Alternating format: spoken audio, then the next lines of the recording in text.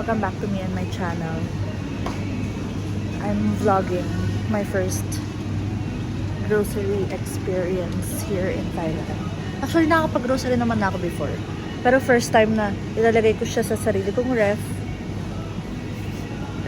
So, I wanted to share. May nakalista ako na gusto kong bilhin kasi ayokong mag-overspend. So, makikita nyo na lang siya. So far, ito yung laman ng cart. Ayan. Yogurt, tea, vitamin C, crackers. Very healthy. Nasa Tops ako ngayon. Tops na supermarket. May mga convenience store din kasi yung Tops. Pero, nandito ako sa supermarket para mas maraming choices. And dito kasi gagana yung gift certificate na nakuha ko. Kaya din ako nag-grocery. Ay, wala palang pambayad. Yan na lang. Meron naman po. Ayun. May granola oh. Ang mura. Kaso wala to sa choices kaya buy one take. Maraming mura dito sa Tops. Tignan nyo. Granola. Ayun. Buy one take one siya. Nag-greens. Ang sarap. Check ko nga. So, ang budget natin for today's video ay 1,500 baht. Na, meron na, ano, may GC nga ako. So, hindi yun yung ilalabas ko. Pero, sana hindi tayo lumagpas doon. Wala rin naman akong balak kasi dinner lang naman ang kinakain ko sa bahay at breakfast. Okay. So, ang big dilemma ko ngayon, ang willing lang akong gastusin for this ay 100 baht. Isa lang ang flavor ng 100 baht. 139 for buy one take one. Chocolate hazelnut granola. Ang problema ko, hindi ako mahilig sa chocolate. Pero feeling ko hindi naman siya, sana hindi siya OA na chocolate. Wait lang nga, lilinisin ko lang kayo. So, ayun na nga. Ang conclusion ko, yun yung kukunin ko. Ibabalik ko yung yogurt kasi sa milk daw yun nilalagay. Nasa listahan ko naman yung milk. So, win-win. Okay. So, hindi ko binalik yung yogurt. Kasi feeling ko okay lang. I mean, okay lang talaga. Bakit feeling ko? Ako naman nagbabayad. Kasi okay lang. Nabilhin ko siya. Yun lang. Ngayon, ang problema ko na ay gatas. Dahil kailangan ko ng gatas. Ang nagagamit ko lang dito ay lactasoy. But lactasoy is kinda expensive, ha? I mean, hindi naman siya mahal. 48 baht lang. Ay, 6 na pala tong 48 baht. Naka-sale. 6 pieces. I don't wanna buy yung malaki kasi mag-isa lang ako. Hindi naman mabilis masira yung mga milk dito, di kagaya sa Pinas.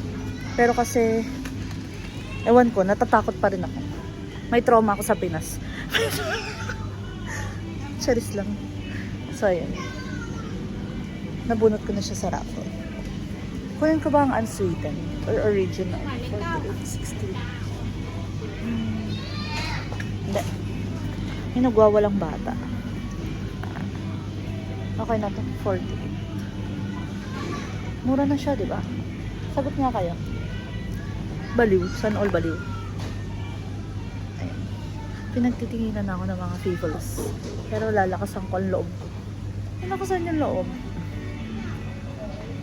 Hindi ako kumukuha ng malalaki kasi mag-isa nga lang ako. Miss ko na si Alex. Nung magkasama kami sa bahay, unlimited ang kuha namin kasi dalawa kami. Tapos di rin naman namin nauubos. Nagsayang kami ng pagkain. Pero okay na rin. Those were the days. Saya. Saya yan. Try kong maghanap ng iba pang juice. Juice. Hindi naman ako mahilig sa juice. May eme-eme lang ako. Kasi nga I'm a drinks girl. Kaso nagpapapayat kasi ako eh. So ba't ako naghahanap? Bakit ba? Kalaban si self. Internal monologue. na nilalabas. Okay na. Siguro dalawang buko juice. Dalawang buko juice na. Or over na ako. Hindi ako over. Isang buwan to eh. Dahil 3 araw lang ako magbubuko juice. Kawawan mo na ako nun. Kalaban talaga si Self. So nakita ko na ang honey. Marami sila. Marami sila here. Pero ang pinakamura ay 39 baht. This is a brand ng tops. Kaya siya mura. 39 baht. Sobrang friendly. Sobrang solo living friendly rin. Kasi nakaano siya. Parang toothpaste. Daling gamitin. Love it for me. Mine. Na-mine ko na. May mga Korean snacks din dito. Nandito yung H-Buff. If you guys know what that is. It's 49 baht. Ang mura. Though hindi ko alam kung magkano siya sa Korea. Pero I think mura siya. For 49. Or baka mahal. Ewan ko, let me know. Pero, wala. Hindi ko gusto. Ang tip ko pala when grocery shopping, dapat hindi kayo gutom. And very level-headed. Dapat nakalista lahat ng bibili. Para hindi nyo na gawin ang mga pagkakamaling nagawa ko sa mga nakaraang pagkakataon. Ano? Wala. Hindi ako bibili ng seaweed. Ang mahal. Kung nakita nyo yung cart ko, para kung may binubuhay na anak. Sobrang pambata ng mga binibili. Sorry. Sabi ko hindi ko naihil yung inner child ko dito. Pero I guess, hindi ko siya mapipigilan. So this is the situation right now. Konti lang yung nadagdag ko kasi binawasan ko pa siya. So na-realize ko na some things I can buy naman dun sa tops na malapit sa amin. So ang binili ko na lang is yung sure ako na kailangan ko on my daily life.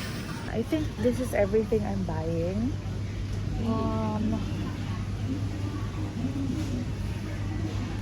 Dinagdagan ko rin yung crackers kasi feeling ko realistically yun yung makakain ko tuwing umaga. Papakita ko na lang sa inyo kung magkano ang total. Tumataging-tingin na. Sa aking computation, mga 1,100 siya. Pero dahil din 200 yung Listerine. Something I cannot live without. Tinry ko siyang tanggalin, tapos kinausap ko si Self na sooner or later bibilihin ko rin siya. So ngayon ko na siya bibilihin. Galing ko, diba? Yun lang. Okay, bye! Hello Yorobun. So, ang total natin for today's video ay 1,267. And I'm happy with that kasi nakuha ko na yung Listerine. Pero kinancel ko yung peelers kasi ano na lang yun talaga. Spur of the moment. So, ayan. 160, 1,267. Kapag dinagdag ko yung magiging pamasahe kong 170, sakto siya for 1.5. I'm so happy. Pero, hindi, 1.5 yung budget ko, pero dahil nga may GC ako, bawas na siya. I mean, babawasan pa siya. Thank you! So, nagbigay po ng GC. Ngayon, aalamin na natin paano tayo uuwi because I don't know how.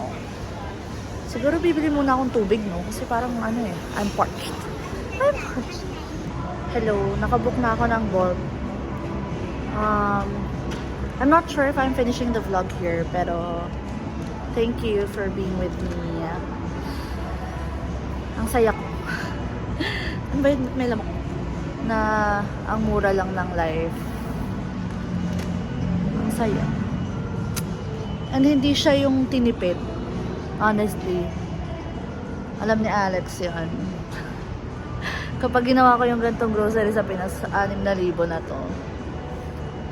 Thank you for this opportunity of a lifetime. Ayan. Uwi na ako. See you again. If I see you again later.